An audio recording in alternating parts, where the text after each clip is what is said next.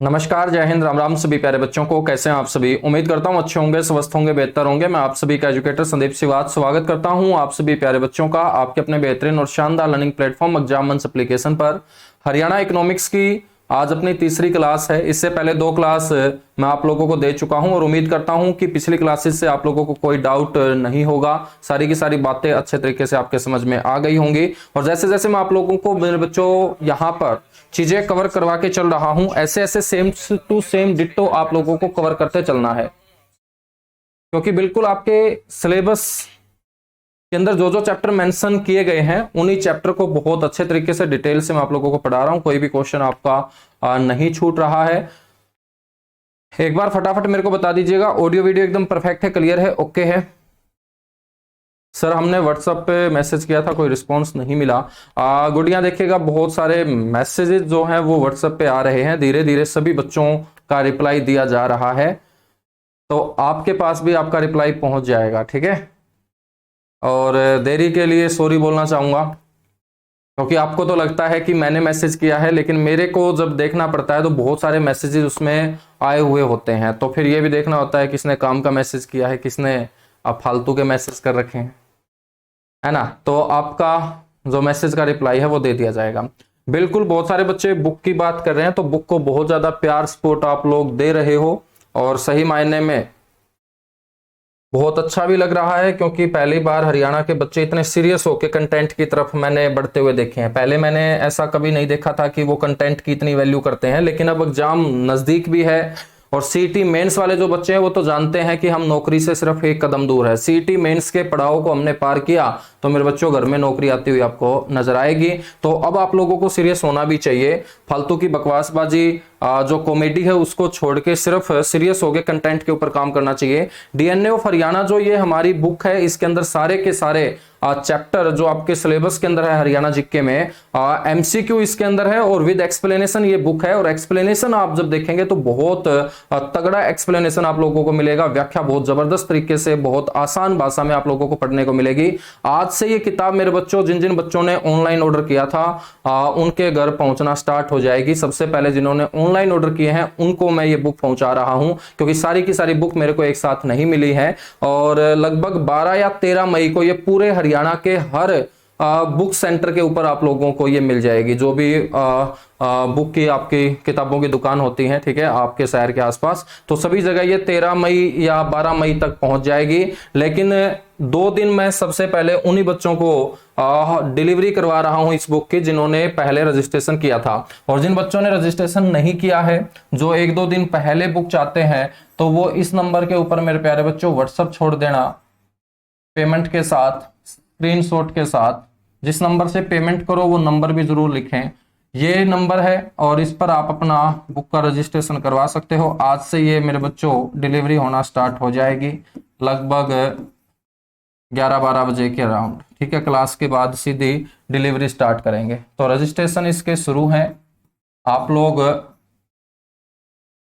Registration करवा सकते हैं। और जो आज बच्चा रजिस्ट्रेशन करवाएगा उसकी डिलीवरी कल से स्टार्ट हो जाएगी, ठीक है? चलेगा। आज जो हमारी क्लास है उसका जो टॉपिक है मेरे बच्चों, वो टॉपिक है हैफेड। हैफेड से क्वेश्चन पहले भी एग्जाम में पूछे गए हैं, आगे भी एग्जाम में पूछे जाएंगे।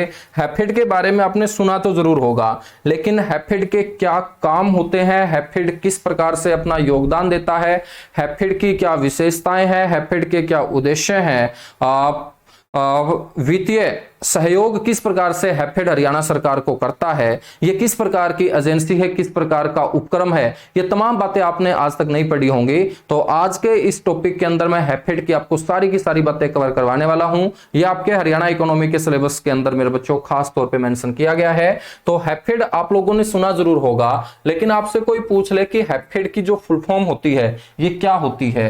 हैफेड जो है ये तो शॉर्ट नेम है किसी सरकारी एजेंसी का, सहकारी एजेंसी का, या हम बोलेंगे सहकारी उपक्रम का। लेकिन इसकी जो फुल फॉर्म है वो क्या होगी मेरे बच्चों? इसकी फुल फॉर्म होगी हरियाणा स्टेट कोऑपरेटिव। हैफेड का मतलब क्या है? हैफेड का मतलब है Haryana state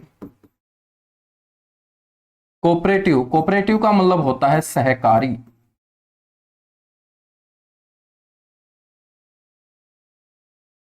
marketing and supply,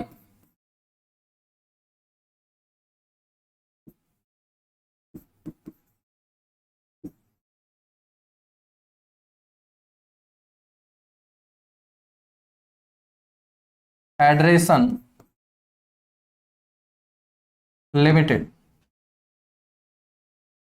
ये हैफेड की फुल फॉर्म होती है मेरे बच्चों। ठीक है, तो आपसे पूछ ले कि हैफेड क्या है, तो आप लोगों को बोलना है हैफेड है Haryana state cooperative marketing and supply federation limited. बच्चों यदि हम बात करें इसकी स्थापना की, हैफेड की स्थापना कब हुई थी, तो हरियाणा गठन के साथ ही, जब अपना हरियाणा 1 नवंबर 1966 को 17वें राज्य के रूप में आया था 18वें संविधान संशोधन 1966 के तहत, तो हरियाणा गठन के साथ ही मेरे बच्चों इस सहकारी एजेंसी की क्या कर दी गई थी, स्थापना कर दी गई थी।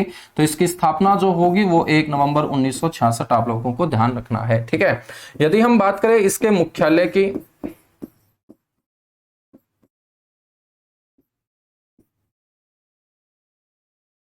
तो इसका मुख्यालय है मेरे प्यारे बच्चों पंचकुला के अंदर, पंचकुला के अंदर।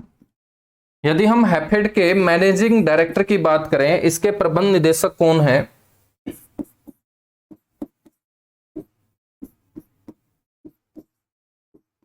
शॉर्ट फॉर्म में एमडी बोल सकते हैं।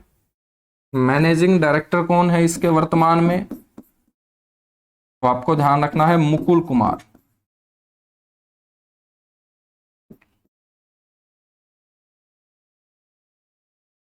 मुकुल कुमार मेरे बच्चों इसके प्रबंध निदेशक हैं। यदि हम बात करें इसके चेयरमैन कौन है, हैफेड के चेयरमैन मेरे बच्चों कौन है, तो हैफेड के चेयरमैन हैं आपके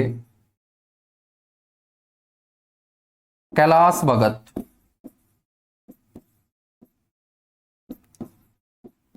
कैलाश भगत का जो संबंध है मेरे बच्चों वो कैथल से है।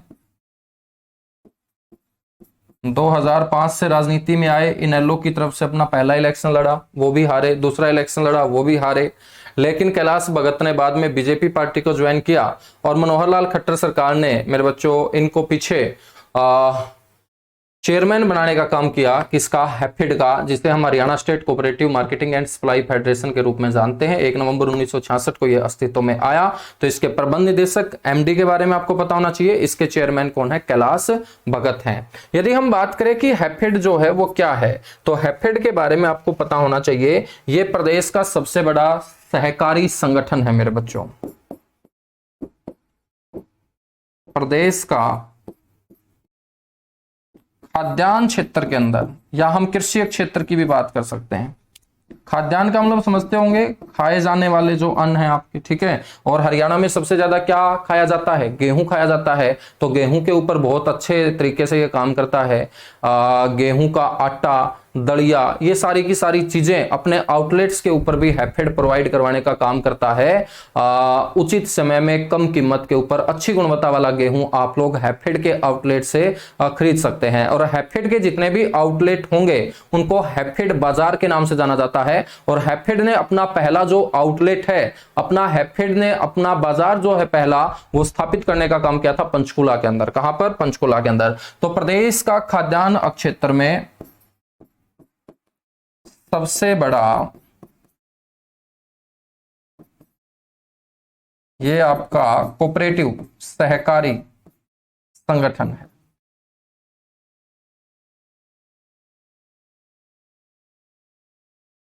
या हम बात कर सकते हैं खाद्यान्नों की वसूली करने वाली, मतलब खाए जाने वाले जो अन्न है, जैसे गेहूं है, चावल है, ठीक है, इनको खरीदने वाली, खाद्यान्नों की वसूली का मतलब खरीदना है, कहीं तुम वसूली का मतलब कुछ और समझ जाओ। खाद्यान्नों की वसूली करने वाली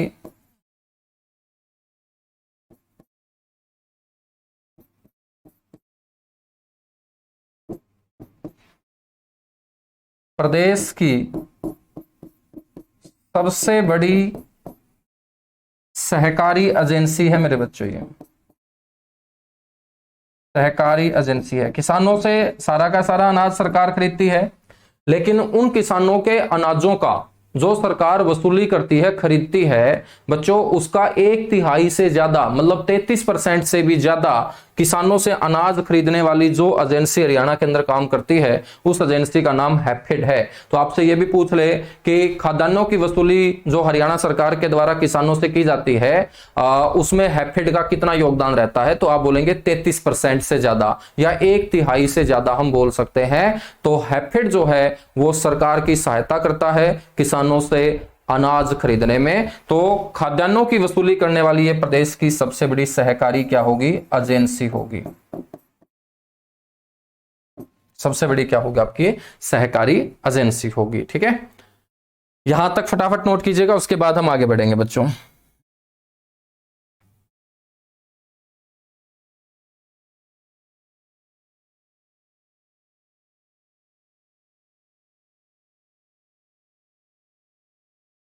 हैफेड का जो मेन ऑफिस है वो आपका पंचकुला के अंदर है, लेकिन यदि हम हैफेड के जिला कार्यालयों की बात करें,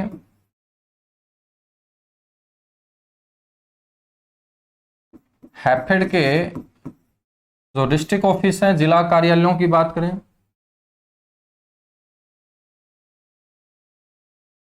वो है मेरे बच्चों 17। अनाजों को स्टोर करने के लिए जो प्रदेश के अंदर वेयर हाउस स्थापित कर रखे हैं,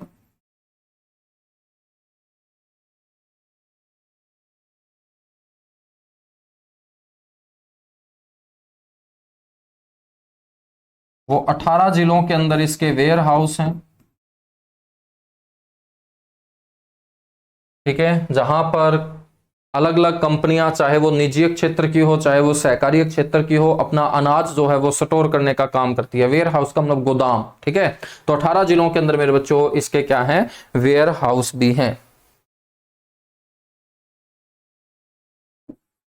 यदि हम सहकारी, कोऑपरेटिव, मार्केटिंग को हिंदी में बोलते हैं विपणन और कमेटी को बोलते हैं समितियां। तो आपसे कोई पूछ ले कि हैफेड की कितनी विपणन कमेटियां हैं, समितियां हैं, तो आपको बोलना है 62। ये आंकड़े जरूर आप लोग ध्यान रखिएगा कि कितने जिला कार्यालय हैं हैफेड के, आप बोलेंगे 17। कितने जिलों के अंदर वेयर हाउस स्थापित कर रखे हैं हैफेड ने, 18 जिलों के अंदर। कितनी कोऑपरेटिव मार्केटिंग कमेटियां हैं मेरे बच्चों हैफेड के अंतर्गत जो काम करती हैं, 62। कितनी, 62। ठीक है, यदि हम बात करें प्राइमरी एग्रीकल्चरल जो क्रेडिट, प्राथमिक कृषि साख, साकुम बोलते हैं क्रेडिट, प्राइमरी एग्रीकल्चरल जो क्रेडिट आपकी कमेटियां हैं, यदि आपसे वो पूछ ली जाए तो आपको बोलना है 718। हैफेड का जो कंट्रोल है मेरे प्यारे बच्चों वो इन कमेटियों के ऊपर है। ठीक है, 718 प्राइमरी एग्रीकल्चरल क्रेडिट कमेटियां इसके अंतर्गत काम करती हैं। 62 कोऑपरेटिव मार्केटिंग कमेटियां इसके अंतर्गत काम करती हैं। 18 जिलों के अंदर इसके क्या है मेरे प्यारे बच्चों, वेयर हाउस हैं, मतलब गोदाम हम एक तरीके से बोल सकते हैं।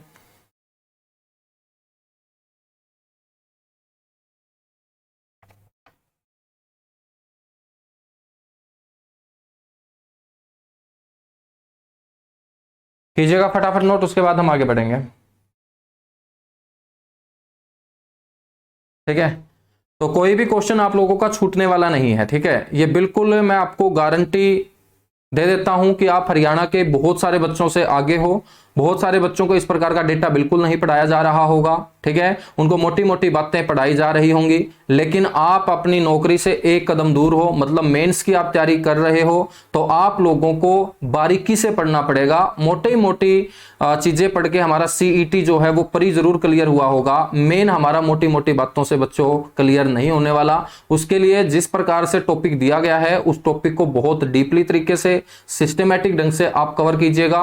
और कोई भी चीज जब डीपली तरीके से सिस्टमेटिक ढंग से कवर कर ली जाती है तो अपने आप कॉन्फिडेंस आ जाता है, नौकरी हमें आती हुई नजर आती है। मतलब जिस प्रकार से हैफेड को आज हम पढ़ रहे हैं, उसके बाद आपका कोई भी एग्जाम हो, यदि हैफेड से कोई क्वेश्चन पूछा जाएगा वो किसी भी सूरत में मेरे बच्चों गलत नहीं होगा। ठीक है, क्योंकि एक एक चीज हम कवर करेंगे। ये आपको कोई नहीं बताने वाला कि हैफेड के अंतर्गत कितनी सहकारी आपकी मार्केटिंग कमेटियां काम करती हैं। आपको कोई नहीं बताने वाला कि प्राइमरी जो एग्रीकल्चरल क्रेडिट कमेटियां हैं वो कितनी हैं जो हैफेड के अंतर्गत काम करती हैं। आपको कोई नहीं बताने वाला कि बताइएगा हैफेड के द्वारा हरियाणा के अंदर कितनी राइस मिलें स्थापित की गई हैं। मतलब चावल की मिलें सबसे ज्यादा आप कैथल के अंदर पढ़ते होंगे, तभी वहां से बासमती चावल का निर्यात बड़े स्तर पे होता है। लेकिन वहां पर जो चावल की मिलें हैं वो निजी भी हैं, वो सरकारी भी हैं, लेकिन बहुत सारी कोऑपरेटिव भी हैं, सहकारी भी हैं। और उन कोऑपरेटिव आपकी राइस मिलों के अंदर हैफेड की जो राइस मिलें हैं मेरे प्यारे बच्चों, पूरे हरियाणा की मैं बात करूं तो 11 राइस मिलें आज अपने हरियाणा के अंदर हैफेड की क्या करती है, काम करती हैं। यदि आपसे पूछ ले कि शुगर मिल तो आपको बहुत सारे शहरों में नजर आ जाएंगे, लेकिन हैफेड की जो शुगर मिल है आपसे पूछ लिया जाए कहां पर स्थापित है, तो इस प्रकार के आंसर आप नहीं दे पाओगे, क्योंकि आपने इस तरीके से डीपली तरीके से आज तक हरियाणा जीके को नहीं पढ़ा होगा, है ना। तो एक बार फटाफट मेरे को बता दीजिएगा, यहां तक चीजें क्लियर हो चुकी हैं तो कुछ आगे बढ़ते हैं, कुछ और अच्छा कंटेंट पढ़ते हैं। फटाफट बताओ।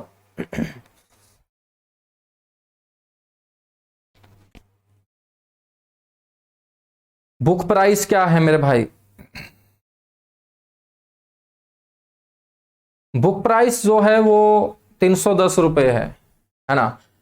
प्राइस मत देखो, समझ में आई ना बात। प्राइस मत देखो, क्वालिटी को देखो, क्वांटिटी को देखो, ये चीजें देखा करो। जब तुम मैकडी के अंदर बर्गर खाने जाते हो तो तुम रेट नहीं देखते। क्यों नहीं देखते? क्योंकि तुम्हें पता है यहां क्वालिटी मिलेगी, ठीक है। जब रेहड़ी के ऊपर जाते हो तो तुम बर्गर का रेट पूछते हो, आपको पता है, आप कहीं ना कहीं डाउट में रहते हैं।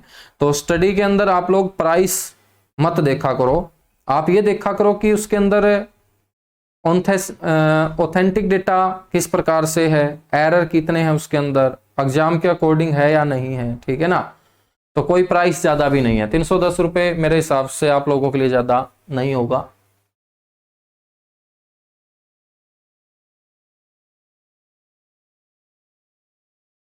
बिल्कुल, आकाश ने सही आंसर दिया है सर, असंत के अंदर है, बहुत अच्छे, है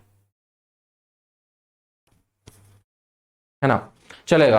अब हम बात करते हैं यहां पर हैफेड के द्वारा चलाई जाने वाली राइस मिलों की।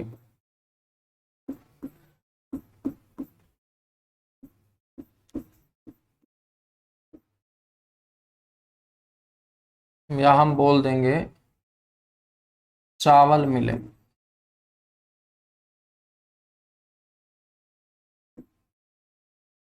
मेरे बच्चों 11 राइस मिल हैं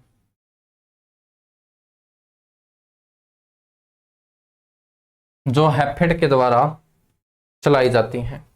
11 की 11 भी मैं आप लोगों को बता देता हूं, चावल वाले क्षेत्र में ही होंगी, सीधी सी बात है। एक तो है रानिया के अंदर, रानिया आप सभी जानते हैं सिरसा जिले की तहसील भी है मेरे बच्चों। रानिया के बाद दूसरे नंबर पे ध्यान रखना है कालांवाली।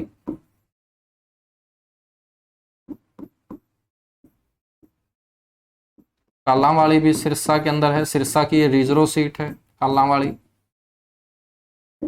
कालांवाली के बाद तीसरे नंबर पे आ जाओ तुम रतिया। रतिया आप सभी जानते होंगे फतेहाबाद डिस्ट्रिक्ट की रिजर्व सीट है बच्चों। रतिया के बाद 4 नंबर पे तुम आ जाओ जाखल। जाखल भी आप सभी जानते हो फतेहाबाद डिस्ट्रिक्ट के अंतर्गत आता है बच्चों जाखल। उसके बाद हम आते हैं डांड। तो मेरे को बताओगे डांड किस में आता है? फटाफट बताओ। एक तो डांड गांव है फतेहाबाद के अंदर, ठीक है, लेकिन ये डांड जो है ये कस्बा है मेरे बच्चों। डिंग, डिंग का आपको पता ही होगा, फतेहाबाद और सिरसा के बीच डिंग मेरे बच्चों नेशनल हाईवे 9 के ऊपर आने वाला एक कस्बा है आपका, ठीक है।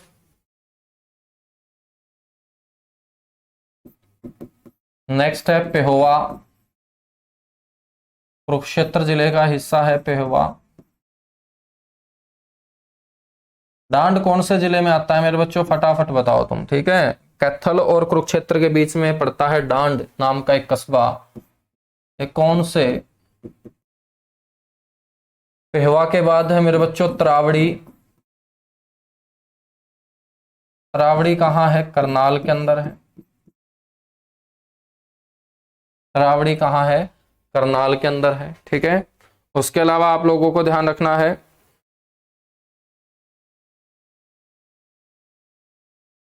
कलायत।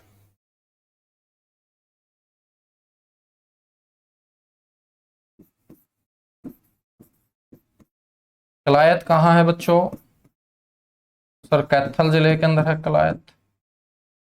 तो यहां पर भी हैफेड के द्वारा एक चावल की मिल स्थापित की गई है।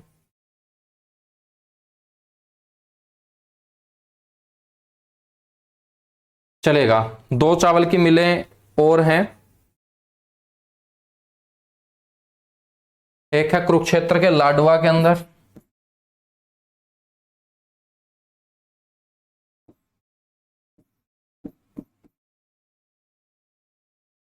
ठीक है, लाडवा कुरुक्षेत्र के अंदर। और एक 11वीं और मेरे बच्चों ध्यान रख लेना, राधौर। राधौर कहां पड़ता है सर? यमुनानगर में।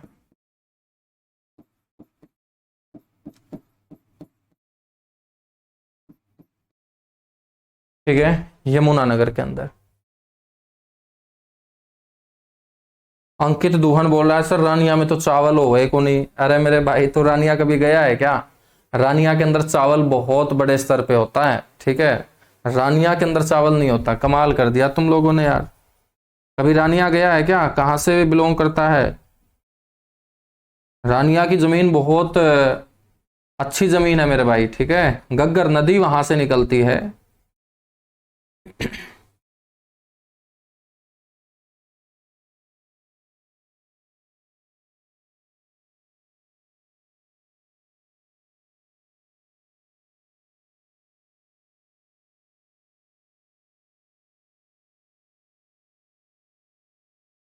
बिल्कुल बिल्कुल, डांड जो है भाई वो कैथल के अंदर। कुछ बच्चे कुरुक्षेत्र बोल रहे हैं। ठीक है, हाँ ये कैथल के अंतर्गत आता है।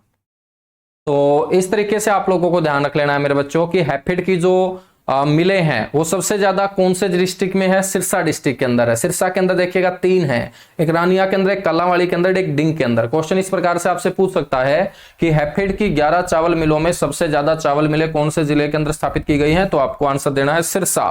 उसके बाद हम बात करें मेरे बच्चों कुरुक्षेत्र के अंदर, 2 मैंने आपको बताई, एक लाडवा के अंदर, एक पेहवा के अंदर। कैथल के अंदर हमने 2 पढ़ी है, एक डांड के अंदर, एक कलायत के अंदर। फतेहाबाद के अंदर हमने 2 पढ़ी है, एक रतिया के अंदर, एक जाखल के अंदर। एक आपकी करनाल के तरावड़ी के अंदर है, और एक है मेरे प्यारे बच्चों यमुनानगर के राधौर के अंदर। ये 11 की 11 चावल मिले आप लोगों को पता होनी चाहिए। ठीक है, यदि मैं आप लोगों से क्वेश्चन पूछ लूं कि बताइएगा इन 11 चावल मिलों में से सबसे पहली जो चावल की मिल है हैफेड के द्वारा वो कहां पर स्थापित की गई थी? क्या इस क्वेश्चन का करेक्ट आंसर आप दे सकते हो? जो भी बच्चा इस क्वेश्चन का करेक्ट आंसर दे देगा बिल्कुल free of cost DNA of Haryana किताब में उसको दे दूंगा। फटाफट आप आंसर दे दो, फटाफट। जो बच्चा इस क्वेश्चन का करेक्ट आंसर देगा ना मेरे को, इस लाइव सेशन के अंदर मैं बात कर रहा हूं, उसको बिल्कुल फ्री ऑफ कॉस्ट ये बुक है कि इन 11 चावल की मिलों में मेरे बच्चों पहली चावल की मिल कब और कहां स्थापित की गई थी हैफेड के द्वारा? फटाफट बताइएगा। अब देख लीजिएगा, आप बिल्कुल फ्री में भी किताब ले सकते हो यदि ऐसे ऐसे क्वेश्चन के आप करेक्ट आंसर दे सकते हो तो फटाफट आंसर दीजिएगा भाई। बिल्कुल 30 सेकंड का टाइम है। मेरे को पक्का भरोसा है कि आप लोग गूगल का सहारा भी ले रहे होंगे। ठीक है, चलिएगा। समय सीमा होती है समाप्त मेरे बच्चों। पहली जो चावल की मिल है ना वो तरावड़ी के अंदर स्थापित की गई थी वर्ष 1970 के अंदर।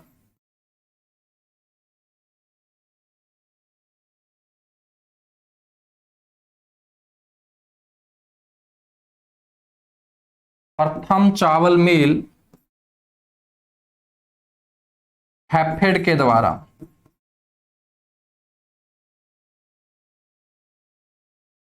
ठीक है, और इसी तरावड़ी वाली चावल मिल का वर्ष 2012 के अंदर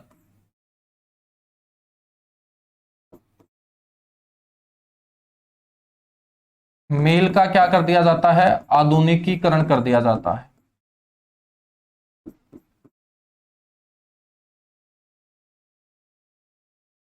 मतलब इसको थोड़ा सा अपडेट कर दिया जाता है, अपग्रेड कर दिया जाता है। ठीक है भाई, ठीक है। नहीं भाई, बहुत लेट आंसर दिया है छोटे भाइयों, ठीक है। बहुत लेट आंसर दिया है और गूगल का सहारा ले लेके दिया होगा, तभी आप साल गलत बता रहे हो मेरे को। ठीक है, तो हैफेड ने 1970 के अंदर मेरे बच्चों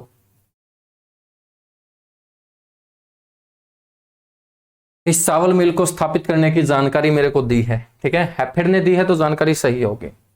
बच्चों आपको यह भी ध्यान रखना है कि हैफेड ने इन चावल मिलों को, जो ये 11 चावल मिले हैं, या इसके अलावा कोई और नई चावल मिल कोई स्थापित करना चाहता है, इसके लिए हैफेड ने 2004-5 के अंदर निजी पार्टियों को भी इनवाइट करना शुरू कर दिया। मतलब कोई प्राइवेट कंपनी हो या कोई पैसे वाला उद्योगपति हो, वो क्या कर सकता है, वो हैफेड के साथ मिलकर इन चावल मिलों को अच्छे तरीके से आगे बढ़ा सकता है, ताकि चावल की क्वालिटी, चावल की गुणवत्ता में और सुधार लाया जा सके। लोगों के अंदर हैफेड के द्वारा जो इन चावल मिलों के अंदर चावल तैयार किया जाता है, उसकी डिमांड और ज्यादा बढ़ाई जा सके। क्योंकि हैफेड सिर्फ हरियाणा के अंदर ही अपने प्रोडक्ट नहीं बेचता, बल्कि हरियाणा के अलावा अन्य राज्यों के अंदर भी अपने प्रोडक्ट बेचता है। और राज्य ही नहीं, विदेशों के अंदर भी, चाहे मैं यूएसए की बात करूं, चाहे मैं ऑस्ट्रेलिया की बात करूं, चाहे मैं यूके की बात करूं, चाहे मैं सऊदी अरब की बात करूं, तो मेरे बच्चों हैफेड जो है वो भारत के बाहर भी कई देशों के अंदर अपने जो प्रोडक्ट है, खास तौर पे मैं चावल की बात करूं,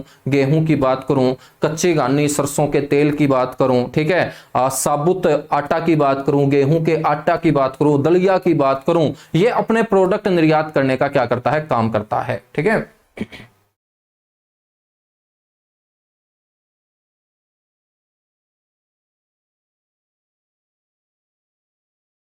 तो 2004-5 के अंदर नोट करके ये बात लिख देता हूं।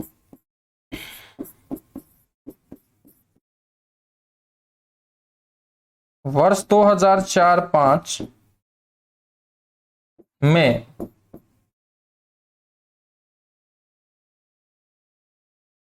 हैफेड ने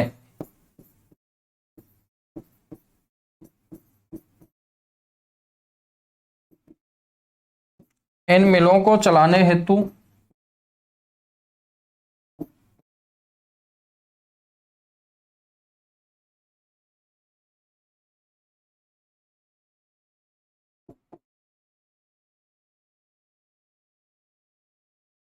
निजी कंपनियों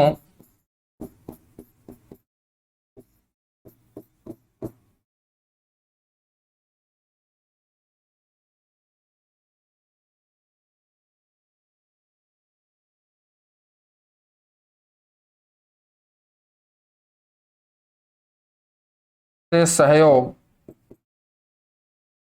लेना क्या किया था, शुरू किया था।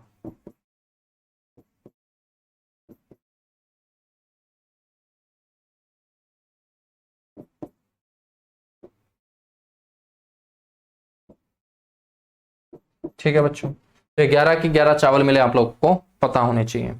चावल मिलों के बाद हम बात करेंगे हल्दी प्लांट की। एक हल्दी प्लांट मेरे बच्चों हैफेड के द्वारा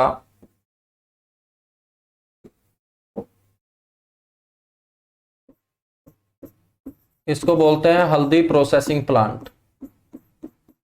आपको पता होगा हल्दी सबसे ज्यादा कौन से जिले के अंदर मेरे बच्चों उगाई जाती है, यमुनानगर के अंदर। हल्दी हरियाणा में सबसे ज्यादा उगाया जाने वाला मसाला भी है। तो हैफेड द्वारा एक हल्दी प्रोसेसिंग जो प्लांट है वो रादौर यमुनानगर के अंदर स्थापित किया गया था। ये यमुनानगर जिले के अंदर मैं पढ़ाता भी हूं आप लोगों को।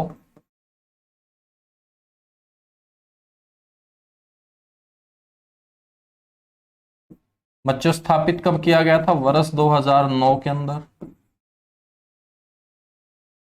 और ये जो हल्दी प्रोसेसिंग प्लांट है ये स्थापित किया गया है इसके द्वारा सहकारी एजेंसी हैफेड के द्वारा। ठीक है, हल्दी प्रोसेसिंग प्लांट के बाद ध्यान रखना है आप लोगों को आटा चक्की,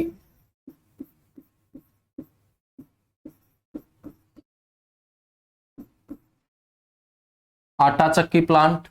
आटा चक्की के अंदर मेरे बच्चों एक तो गेहूं का आटा यहां तैयार होता है जो हैफेड के द्वारा अपने आउटलेट्स के ऊपर बेचा जाता है। प्लस में ध्यान रखेंगे दलिया, दलिया जरूर खाना चाहिए मेरे भाइयों, ठीक है। दिमाग बहुत बढ़ता है दलिया से। तुम खाते हो बाजरा, गेहूं, दिमाग तुमने कर दिया है बहुत भारी खा खा के, ठीक है। अब वो बेचारा दिमाग आगे सरकता ही नहीं है, कुछ बातें एक्सेप्ट करता ही नहीं है, तो दलिया खाया करो, ठीक है। तो जो मेरे बच्चों ये आपका आटा प्लांट है, ये तरावड़ी के अंदर स्थापित किया गया। तो हैफेड के द्वारा जो आटा चक्की प्लांट है वो कहां पर है? तरावड़ी के अंदर।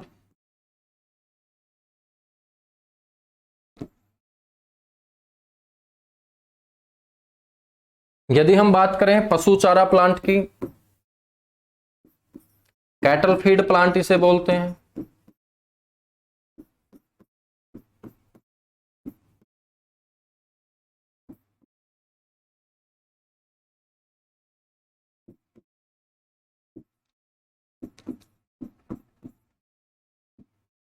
ठीक है, ये हमारे मेरे बच्चों दो शहरों के अंदर है। कैटल फील्ड जो प्लांट है ये हमारे दो शहरों के अंदर है।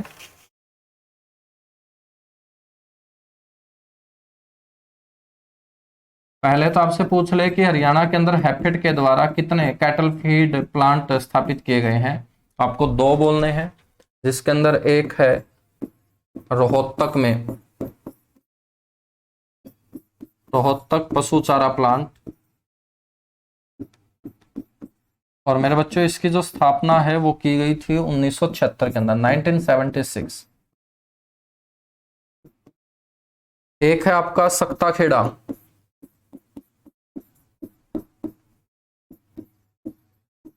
सक्ता खेड़ा पशु चारा प्लांट, कोई सिरसा जिले से जुड़ा हुआ है तो क्या ऐसा गांव है मेरे भाई सक्ता खेड़ा? ये सक्ता खेड़ा गांव के अंदर है। रत्ता खेड़ा तो मैंने सुना है, सक्ता खेड़ा पता नहीं है या नहीं, एक बार तुम बताओ। हैफेड तो सक्ता खेड़ा लिखता है इसको, तो सिरसा वाले बच्चे बताएंगे। हो सकता है कोई बच्चा इसी गांव से भी जुड़ा हो। वर्ष 2001 के अंदर इस कैटल फीड प्लांट की स्थापना बच्चों सिरसा जिले में की गई थी, ठीक है। तो आप लोगों ने कैटल फीड प्लांट किताबों के अंदर रोहतक में तो पढ़ा होगा, इसके अलावा हैफेड के द्वारा एक और कैटल फीड प्लांट 2001 में स्थापित किया गया, यह सिरसा जिले के सक्ताखेड़ा गांव के अंदर, ठीक है।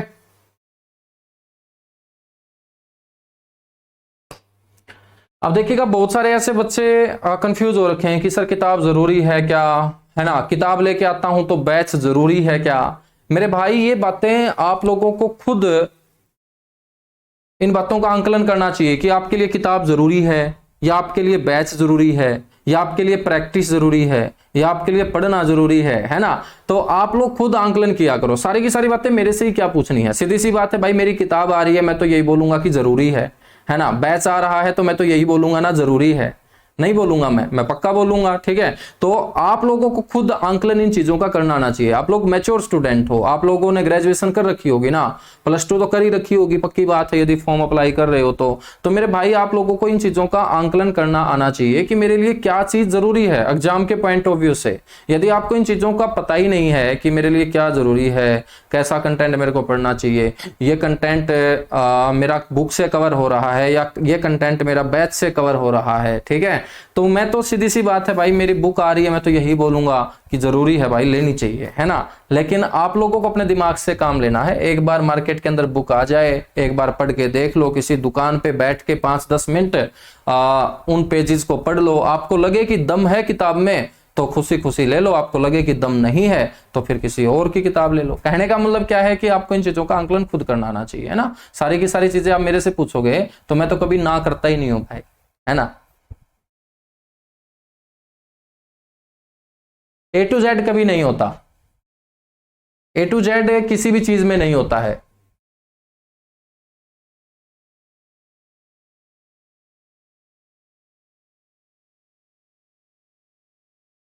चलिए, हाँ बाकी ये विश्वास दिला देता हूं तुम्हें, चाहे तुम मेरा बैच लेते हो चाहे तुम मेरे बच्चों कोई बुक मेरी परचेज करते हो तो आप कभी भी ठगा हुआ महसूस नहीं करोगे। बस इतना मैं आप लोगों को विश्वास दिलाता हूं, कमिटमेंट है ये मेरी, कि यदि आप कोई भी पैसा मेरी एप्लीकेशन के ऊपर लगा रहे हो अपनी नेक कमाई का, किसी बुक को आप खरीद रहे हो मेरी जो लिखी गई है, तो आप कभी भी जिंदगी में ठगा हुआ महसूस नहीं करोगे कि आपसे पैसे ले लिए उसके बदले हमें यह चीज ना मिली हो। ठीक है, आपको सेटिस्फैक्शन मिलेगा ही मिलेगा, क्योंकि सबसे पहले मैं खुद सेटिस्फाई होता हूं।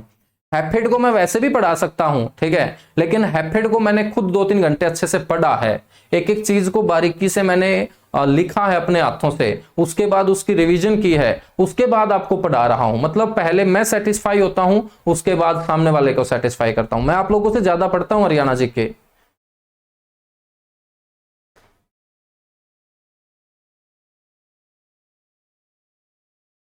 है ना।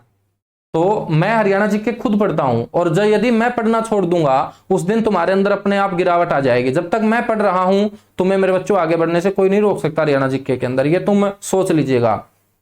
आपकी नजरों में सबसे अच्छा टीचर कौन होना चाहिए? सबसे अच्छा टीचर शकल से अच्छा नहीं होता, पहनावे से अच्छा नहीं होता, लाइफ स्टैंडर्ड से अच्छा नहीं होता, क्योंकि आपकी नजरों में टीचर है ना, तो टीचर का सही मायने में अर्थ है, आपकी तरफ से मैं बता रहा हूं, जो आपके लिए मेहनत कर रहा हो, जो खुद पढ़ता हो। ठीक है बच्चों, जो खुद पढ़ता होगा ना वही बेस्ट टीचर है इस दुनिया के अंदर, चाहे कोई भी हो XYZ। यदि कोई टीचर एटीट्यूड में आके पढ़ना ही छोड़ दे, ठीक है, तो इसका मतलब उसके अंदर गिरावट आएगी, और उससे पढ़ने वाले बच्चों में तो गिरावट आएगी आएगी, सीधी सी बात है। तो आपको ऐसे टीचर का सिलेक्शन करना चाहिए जो खुद पढ़ता हो, जो खुद नई नई बातें आप लोगों के लिए लेके आता हो, है ना।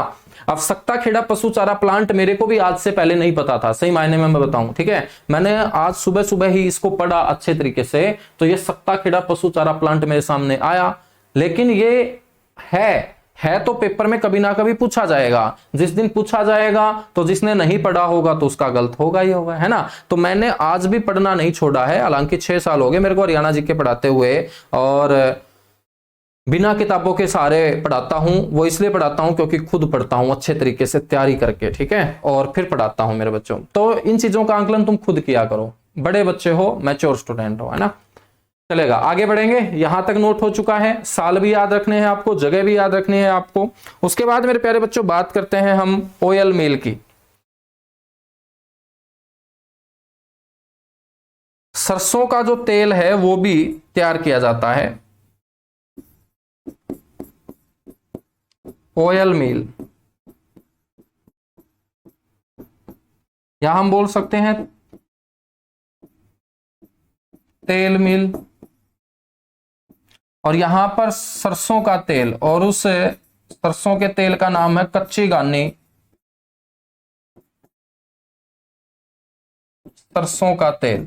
आपने यदि इसकी बोतल देखी हो तो उसके ऊपर हैफेड बड़े बड़े अक्षरों में लिखा मिलेगा, ठीक है बच्चों। ये जो हमारी मील है इनकी संख्या यदि आपसे पूछ लेना तो आपको बोलना है इनकी संख्या 2 है। इन 2 में बात करें, ये जो ऑयल मिल है हमारे हरियाणा के अंदर, दोनों की दोनों जो हैफेड के द्वारा चलाई जाती है, ये कौन से मानकों के ऊपर आधारित है बच्चों?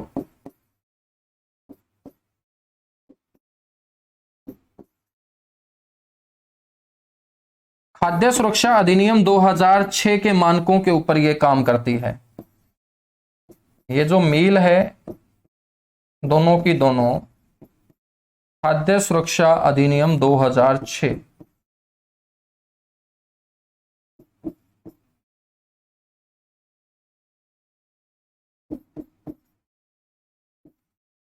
पर ये दोनों की दोनों मिले क्या करती हैं? काम करती हैं। इनमें एक मील है हमारी रेवाड़ी के अंदर, ये सबसे पहली मील है मेरे बच्चों रेवाड़ी के अंदर। ये मील जो है ये स्थापित आपकी की गई थी 1986 के अंदर, 1986 के अंदर। दूसरी जो मील है वो है नारनौल के अंदर। ये कब स्थापित की गई इसका कहीं पर कोई जिक्र नहीं किया गया है, लेकिन जिसका जिक्र किया गया है उसको याद रखना जरूरी है। रेवाड़ी के अंदर जो ये ऑयल मिल है, सरसों के तेल की जो मिल है बच्चों, ये 1986 के अंदर स्थापित की गई थी। और हम बात करें तो एक मिल नई स्थापित किए जाने की घोषणा हमारे कोऑपरेटिव मिनिस्टर, सहकारिता मंत्री कौन है हमारे वर्तमान में? बावल से बनवारी लाल। बावल जो है वो रेवाड़ी जिले की रिजर्व सीट है, और वहां से वर्तमान में जो विधायक हैं, बै से बावल याद रख लेना, बै से बनवारी लाल। बनवारी लाल हमारे कोऑपरेटिव मिनिस्टर हैं मेरे बच्चों, सहकारिता मंत्री हैं। और सहकारिता मंत्री ने दक्षिण हरियाणा के अंदर एक और नई ऑयल मिल स्थापित करने की घोषणा की। और ये जो घोषणा की गई है, ये रामपुरा गांव के अंदर घोषणा की गई है। नई मिल, मैं घोषणा लिख रहा हूं, अभी तक स्थापित नहीं की गई है। रामपुरा, रामपुरा पता है कौन सा गांव है? जहां पर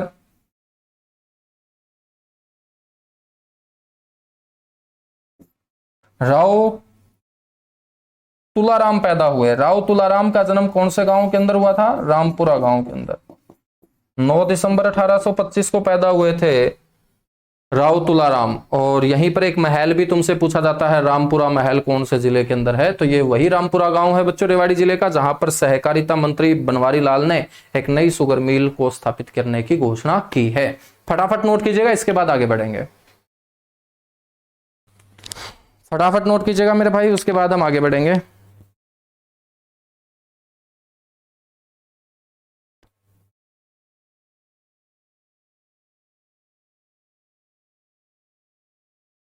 बहुत बढ़िया भाई, जितने भी बच्चे जुड़े हुए हैं, और आप लोग ऐसे ही मेहनत करते रहो, ठीक है। ईमानदारी से की गई मेहनत पक्का जीतती है, और जब जीतती है तो नौकरी घर में लेके आती ही आती है, ठीक है।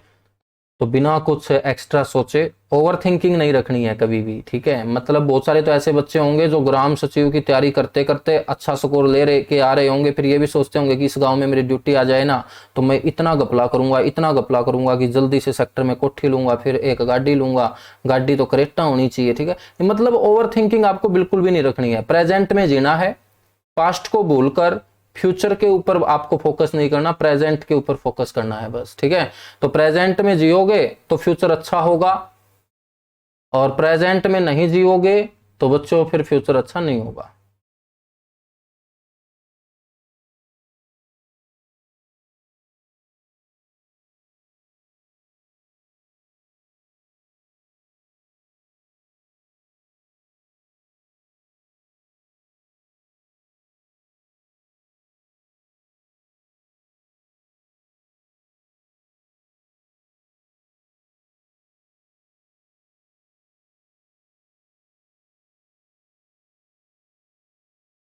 चलेगा भाई, बहुत अच्छे।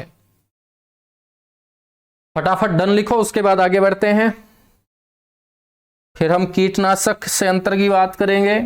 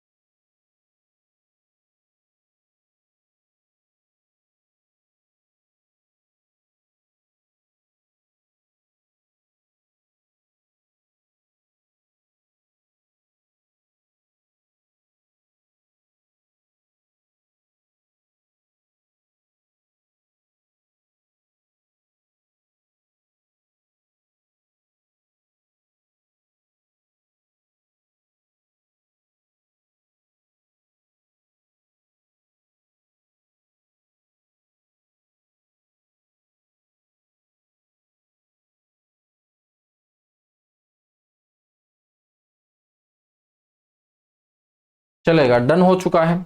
इसके अलावा हैफेड के द्वारा एक कीटनाशक संयंत्र भी मेरे बच्चों स्थापित किया गया।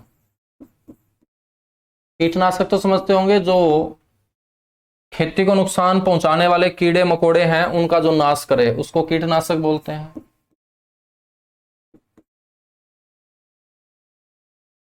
और खरपतवार नाशक भी बोल सकते हैं।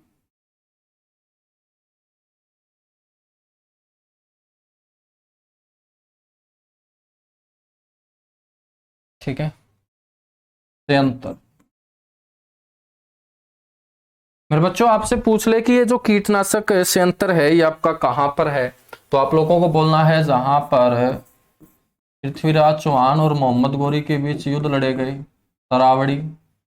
कई बार इसको तरोरी लिख देते हैं भाई साहब, एचएसएससी वाले जो है ना ये मोहम्मद बिन तुगलक जैसे हैं, मतलब पागल सुल्तान जैसे हैं, ठीक है।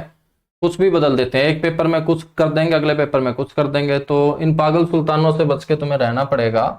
तरावड़ी जो है इसको तरोरी भी लिख देते हैं, इसको तराइन भी है बोल देते हैं, इसको आजमाबाद भी बोल देते हैं, ठीक है। तो यहीं पर 1974 के अंदर ये आपका प्लांट स्थापित किया गया।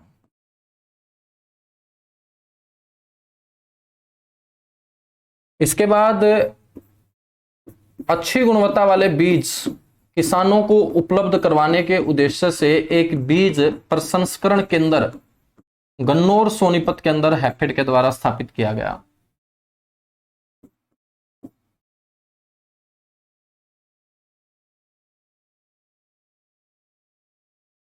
गन्नौर सोनीपत,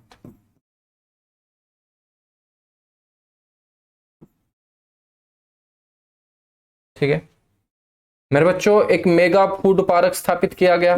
देखिएगा इससे पहले वाला जो हमारा चैप्टर था HSIIDC जो हमने पढ़ा, Haryana state industrial and infrastructure development corporation, उस HSIIDC के अंतर्गत भी मैंने आप लोगों को मेगा फूड पार्क पढ़ाया, जो सोनीपत के ब्राही में मैंने पढ़ाया।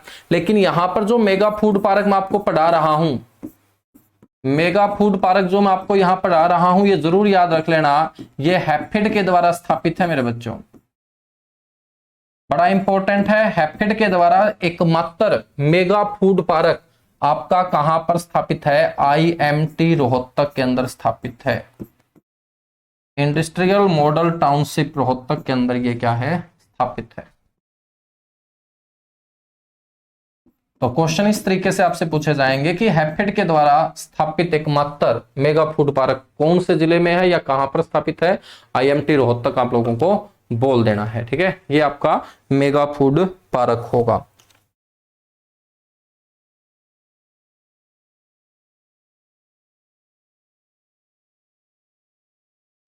तो ये हैफेड के द्वारा कुछ संचालित प्लांट हैं, कुछ सेंटर हैं, ठीक है। फटाफट इनको नोट कर लीजिएगा। उसके बाद मेरे बच्चों हैफेड की विशेषताएं आप लोगों को पढ़ा रहा हूं, हैफेड के कार्य आप लोगों को पढ़ा रहा हूं, हैफेड का वित्तीय निष्पादन आप लोगों को पढ़ा रहा हूं, financial performance of HAFED,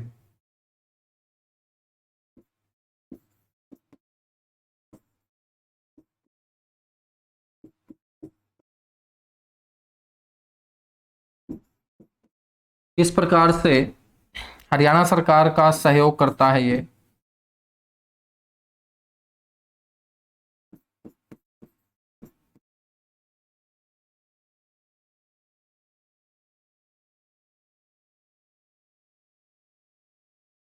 HAFED का वित्तीय निष्पादन, आर्थिक रूप से किस प्रकार से मजबूत करता है हरियाणा सरकार को हैफेड।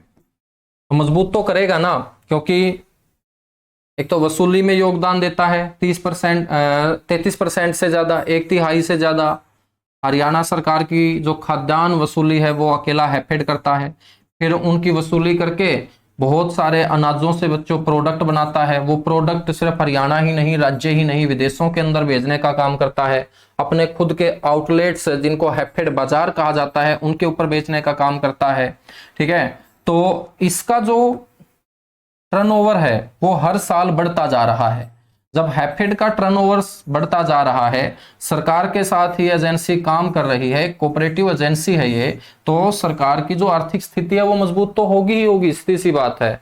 तो किस प्रकार से हैफेड का टर्नओवर रहता है, कितना प्रॉफिट हुआ है पिछले 3-4 साल की रिपोर्ट हम देखेंगे, वहां से क्वेश्चन आपसे पूछा जा सकता है। हैफेड जो एक सरकारी तो नहीं बोलेंगे, सहकारी बोलेंगे, कोऑपरेटिव जो एजेंसी है बच्चों, इसको 2014-15 के अंदर और 16-17 के अंदर भारत का सर्वश्रेष्ठ राज्य स्तरीय सार्वजनिक उपक्रम जो है उसका पुरस्कार दिया जा चुका है। तो ध्यान रखेंगे वर्ष 2014-15 और 2016-17 में कृषि क्षेत्र में हैफेड को भारत का सर्वश्रेष्ठ राज्य स्तरीय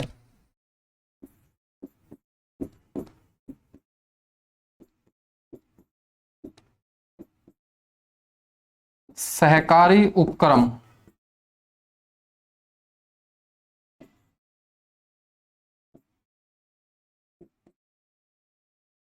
बच्चों घोषित किया गया है।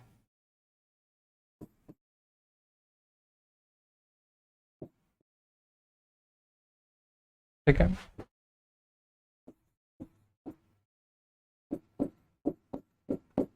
हरियाणा सरकार की जो खाद्यान्नों की वसूली की बात करें, जो किसानों से अनाज खरीदा जाता है,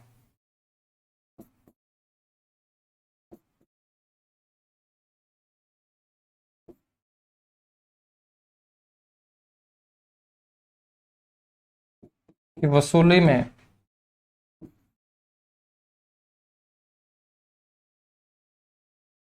हैफेड का जो योगदान है, ये जरूर आप लोगों को ध्यान रखना।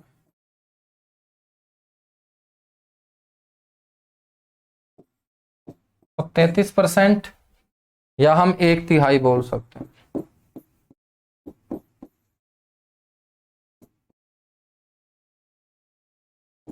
तैतीस % या हम क्या बोल सकते हैं मेरे बच्चों, 1/3 हम बोल सकते हैं। बात करें 2015-16 की, वर्ष 2015-16 के अंदर हैफेड का जो वार्षिक विक्रय था, तो इसने एक साल के अंदर मेरे बच्चों अपने प्रोडक्ट बेचे हैं, वो टर्नओवर की बात करें तो वो 8780 करोड़ रुपए था। बहुत हो जाते हैं।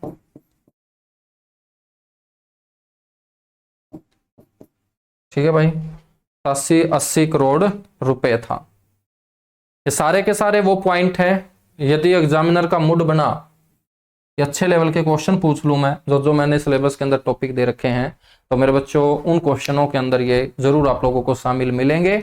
तो ये आप लोगों को ध्यान रखना है कि हैफेड को भारत का सर्वश्रेष्ठ जो राज्य स्तरीय सहकारी उपक्रम है, वो कौन से साल घोषित किया गया था, 2014-15 के अंदर भी और 2016-17 के अंदर भी। और मैं बात करूं तो पिछले 6 सालों के अंदर 5 बार हैफेड को राज्य स्तरीय सर्वश्रेष्ठ सहकारी उपक्रम घोषित किया गया है। तो ये कोई नई बात नहीं है, हर साल अपना ही नंबर आता है। हैफेड का योगदान है, हैफेड का योगदान जो रहता है बच्चों, वो खाद्यान्नों की वसूली के अंदर हरियाणा सरकार की मैं बात करूं तो 33% का योगदान रहता है। 2015-16 के अंदर हैफेड का वार्षिक विक्रय याद रख लेना 8780। अनिल कुमार बोल रहा है क्लास की पीडीएफ डाल दिया करो, और मैं बोल रहा हूं कि आप पहले वाली पीडीएफ चेक करो। अभी तक 2 क्लास हुई हैं, दोनों की दोनों पीडीएफ डली हुई हैं। कोई ऐसा बच्चा जिसको नाम मिली है तो दोबारा जाके देख लो, है ना। पीडीएफ सारी की सारी मैं डाल देता हूं भाई, 1-2 दिन।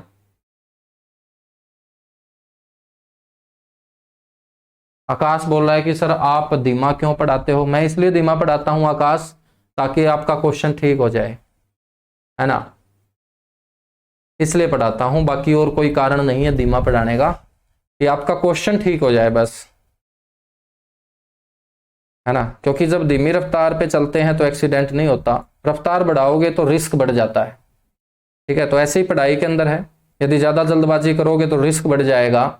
अच्छी खासी मेहनत जो तुमने 14-15 सालों से कर रखी होगी, +2 कर रखी है, 12 साल तो उसमें लगे होंगे, 1-2 पेपर में रह गया होगा तो 13 साल में होगी, है ना। तो ग्रेजुएशन जो है मेरे भाई, जो 3 साल में आपने की होगी, यदि कॉलेज में मजे किए होंगे तो 4-5 साल में की होगी। ठीक है, तो यहां पर आपको वो मौका नहीं मिलने वाला है। ठीक है, क्योंकि एक बार भर्ती हुई तो फिर अगली भर्ती आने में 4-5 साल लग जाते हैं, और उसके बाद मेरे हिसाब से तुम ओवर एज भी हो चुके होंगे, तो बहुत सारी चीजों को ध्यान में रख के पढ़ा रहा हूं, क्योंकि तुम एक स्टूडेंट हो तो स्टूडेंट की तरह ही सोचोगे। तो मेरे को तो सामने वाले को सिखाना है ना, और सामने वाले कोई एक नहीं दो नहीं हजारों की संख्या में है, और उन हजारों की संख्या में भी बहुत सारे ऐसे बच्चे हैं जिनको बेचारों को ये चीजें आज तक पता ही नहीं थी। तो उनके दिमाग में ये चीजें कब घुसेगी, जब वो धीरे धीरे पढ़ेंगे, एक साथ तो नहीं घुसेगी। इतना आसान होता तो फिर जरूरत ही क्या थी हमें। हाँ, ये नहीं पूछते हैं कि आप दमदार क्यों पढ़ाते हो, ये जरूर पूछेंगे, फालतू की बात है, ठीक है ना। जब आप अपने, अब देखिएगा तुम नौकरी लगोगे, शादी होगी तुम्हारी, फिर बात सीधी सी बात है, बच्चे भी होंगे, ठीक है। अब मेरे भाई, जब आप अपने बच्चों को पढ़ाने बैठोगे ना, तो आप उसको आराम आराम से पढ़ाओगे, बिल्कुल, ठीक है। हालांकि आप उसको फास्ट भी पढ़ा सकते हो, लेकिन आराम आराम से क्यों पढ़ाओगे, क्योंकि आप अपने बच्चों की अच्छे से केयर करना जानते हो कि मैं फास्ट पढ़ाऊंगा तो हो सकता है इसके दिमाग में ना घुसे, ठीक है। तो जब आप अपने बच्चों के साथ इस तरीके से बिहेव करोगे, तो आप लोग मेरे भाई बहन हो, ठीक है। तो मेरे को भी आप लोगों की थोड़ी सी चिंता है, ज्यादा चिंता तो नहीं है, लेकिन थोड़ी सी चिंता ये है कि जितना मैं पढ़ा रहा हूं ना, ये यूटिलाइज हो जाए, आप लोगों के काम आ जाए बस, तो फिर मेहनत सफल हो जाएगी, बाकी कोई और मोटिव नहीं है, ठीक है। सरकारी और सहकारी में क्या डिफरेंस है। सहकारी जो है वो सरकार के साथ मिलकर काम करने वाली संस्थाएं हैं, जैसे वीटा है, वीटा आपकी सहकारी है, मतलब उसमें सरकार की भी हिस्सेदारी है, और सरकारी का मतलब वो प्योर सरकारी है। जैसे हम बात करें, अब तुम लगोगे नौकरी तो तुम सरकारी नौकरी लगोगे, और जो ये कौशल रोजगार, जो ठेके वाली भर्तियां हैं, ये कौन सी होगी, ये सहकारी होंगी। मतलब इनको आधा प्राइवेट जैसी फीलिंग आएगी, आधी सरकारी जैसी फीलिंग आएगी।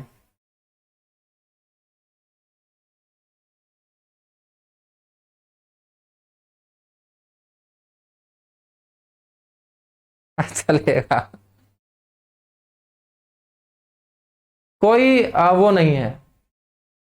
संघ का मतलब यूनियन है, जिसके अंतर्गत बहुत सारे कर्मचारी काम कर रहे हैं, सीधी सी बात है। उपक्रम का मतलब एजेंसी है, एक एजेंसी के अंतर्गत ही बच्चों कर्मचारी काम कर रहे होंगे, तो उसको संघ भी बोल दो, उपक्रम भी बोल दो,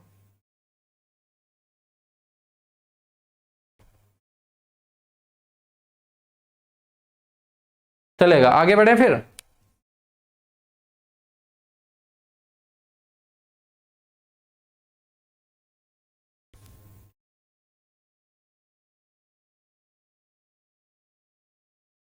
चलेगा, एक रिपोर्ट आप लोगों को पढ़ा देता हूं फिर।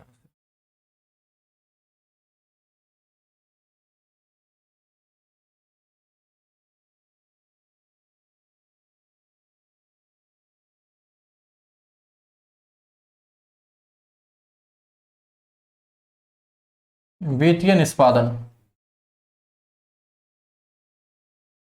इंग्लिश में बोलेंगे फाइनेंशियल परफॉर्मेंस, ठीक है। किस प्रकार से अपनी परफॉर्मेंस में सुधार लेके आ रहा है हैफेड साल भर साल।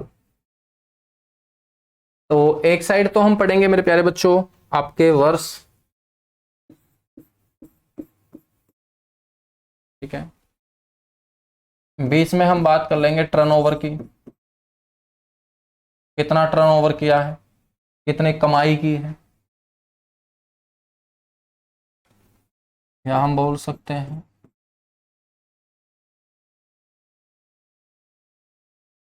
विक्रय। और फिर हम लास्ट में जो बात अटकेगी वो तो इसी से अटकेगी, लाभ के ऊपर, कि कितना लाभ इसको हुआ है। वर्ष 2008-9 की हम रिपोर्ट देखते हैं, ठीक है। वर्ष 2008-9 के अंदर मेरे बच्चों टर्नओवर जो रहा, टर्नओवर करोड़ों में रहेगा, 3092 करोड़ रुपए का टर्नओवर रहा, ठीक है। लेकिन यदि हम प्रॉफिट की बात करते हैं, तो प्रॉफिट जो रहा है मेरे बच्चों, नेट प्रॉफिट जो रहा है सब खर्चे वगैरह निकाल के, वो 33.78 करोड़ रुपए रहा है,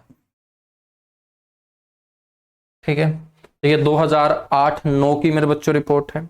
10-11 के अंदर हम बात करेंगे,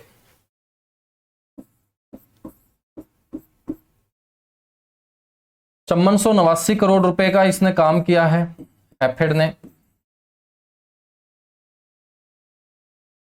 5489 करोड़ रुपए का इसने काम किया है, और 40.80 40.80 बोल दो, इतने करोड़ रुपए का इसको हुआ है मेरे बच्चों प्रॉफिट। यह रिपोर्ट है आपकी 2010-11 की। यदि हम बात करें 13-14 की, 13-14 के अंदर इसका टर्नओवर बढ़ा मेरे बच्चों 9193.17 करोड़ रुपए। तो देखिएगा ये जो साल रहे ये सबसे बेहतरीन रहे हैफेड के लिए। 2013-14 में सबसे जबरदस्त टर्नओवर इसने किया, और जब टर्नओवर ज्यादा होगा तो सीधी सी बात है प्रॉफिट भी ज्यादा होगा।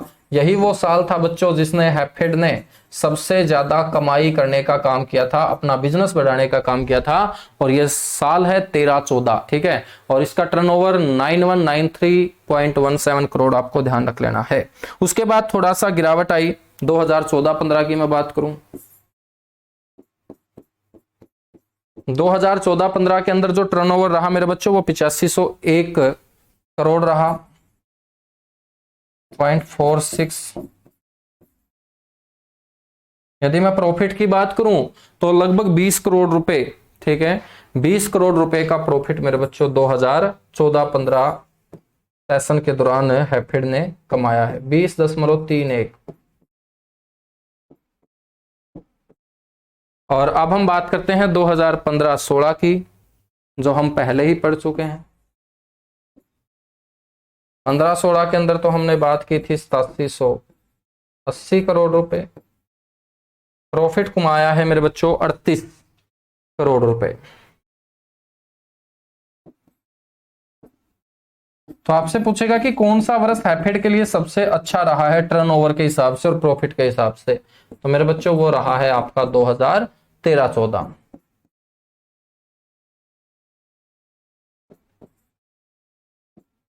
ठीक है।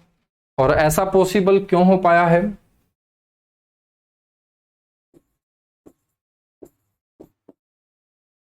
क्योंकि हैफेड जो अपने प्रोडक्ट है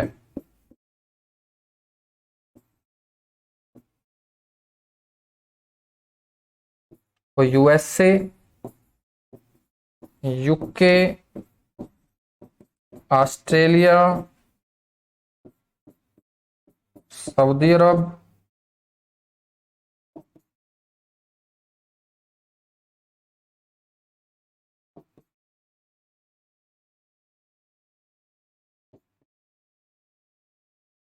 देशों में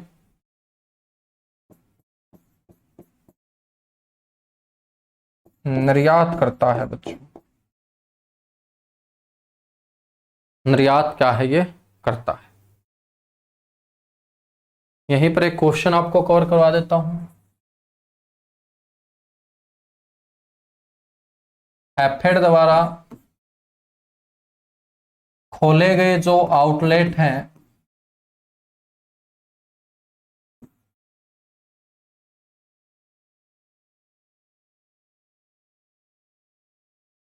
हैफेड बाजार कहलाते हैं बच्चों।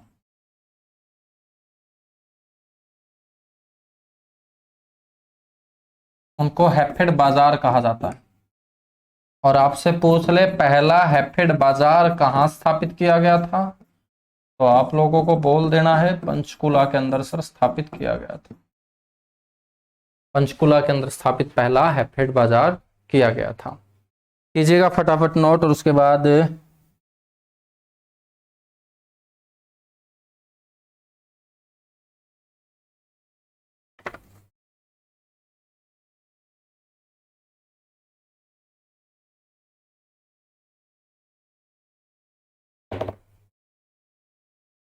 छोटे भाई, ज्योग्राफी के अंदर जो एनसीआर है वो नहीं चेंज हुआ है। ज्योग्राफी के अंदर बहुत सारे बच्चे एनसीआर को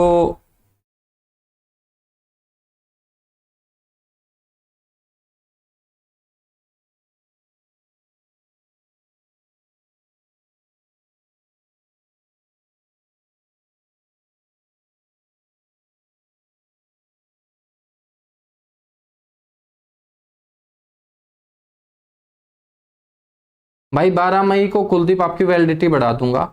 जिन बच्चों ने हरियाणा जी के 01 बैच ले रखा है, जिनकी वैलिडिटी मई महीने में कंप्लीट हो रही है, वो एक्सपायर हो जाएगा, तो 1 महीने की मैं वैलिडिटी एक्सटेंड कर दूंगा बिल्कुल फ्री ऑफ कॉस्ट। कोई पैसा आपसे मैं नहीं लेने वाला।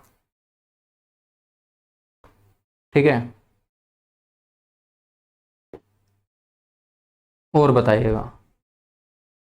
एनसीआर का कोई डेटा चेंज नहीं हुआ है, वो सिर्फ एक हरियाणा सरकार ने रिपोर्ट भेजी थी एनसीआरपीबी को, उस रिपोर्ट के ऊपर एनसीआरपीबी एक्शन लेगा, तब मेरे बच्चों डेटा चेंज होगा। आज भी एनसीआर की वेबसाइट के ऊपर जाके आप अच्छे से एनसीआर को पढ़ सकते हो, वहां पर आज भी हरियाणा के उतने ही जिले हैं जितने मैंने ज्योग्राफी में तुम्हें पढ़ाए हैं, उतना ही एरिया है जितना मैंने तुम्हें ज्योग्राफी की क्लास में पढ़ाया है।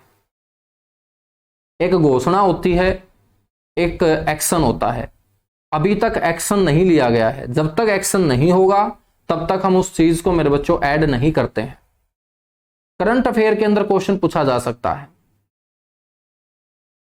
कि कितने जिलों को बाहर किए जाने की घोषणा हरियाणा सरकार ने की है, ऐसा क्वेश्चन हमारा बन सकता है, लेकिन कितने आज एनसीआर में आते हैं वो बिल्कुल जो आंकड़ा मैंने पढ़ा रखा है बस उतना ही रहेगा।